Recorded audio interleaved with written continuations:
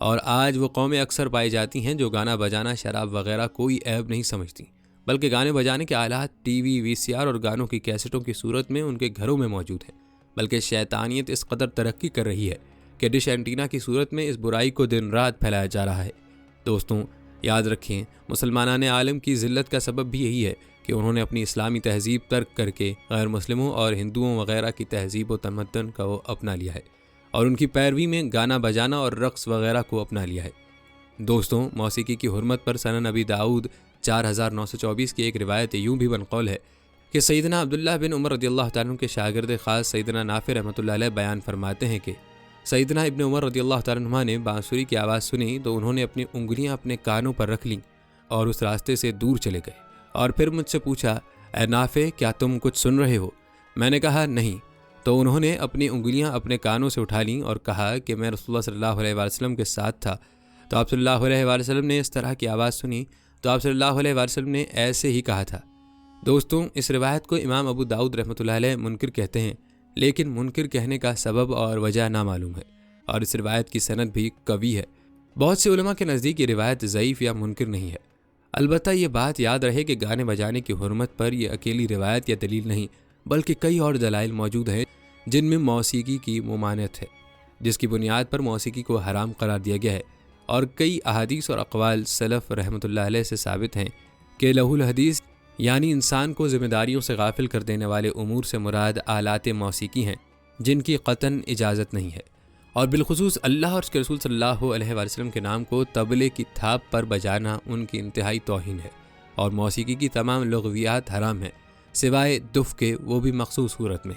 سنن ابن ماجہ کی حدیث ہے، سیدنا ابی مالک اشعری رضی اللہ تعالیٰ عنہ کہتے ہیں، رسول اکرم صلی اللہ علیہ وآلہ وسلم نے فرمایا، البتہ میری امت میں سے لوگ ضرور شراب پئیں گے اور اس کے نام کے علاوہ کوئی اور نام نہ رکھیں گے، ان کے سروں پر باجے گاجے بجائے جائیں گے اور گانے والیاں گانے گائیں گی، اللہ تعالیٰ انہیں زمین میں دھسا دے گا، ان میں سے بندر اور سور بنا دے گا۔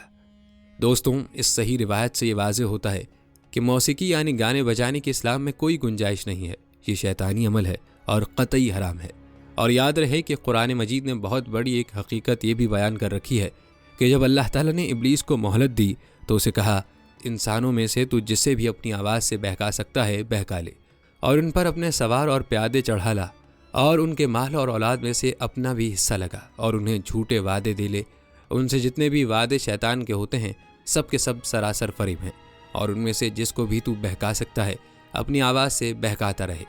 دوستوں، اگر اس آیت کی تفسیر ملاحظہ کی جائے تو اس کی تفسیر میں سیدنا عبداللہ بن عباس رضی اللہ تعالیٰ عنہ سے مروی ہے کہ اس آیت میں شیطان کی آواز سے مراد ہر وہ آدمی ہے جو اللہ کی نافرمانی کی طرف دعوت دیتا ہے۔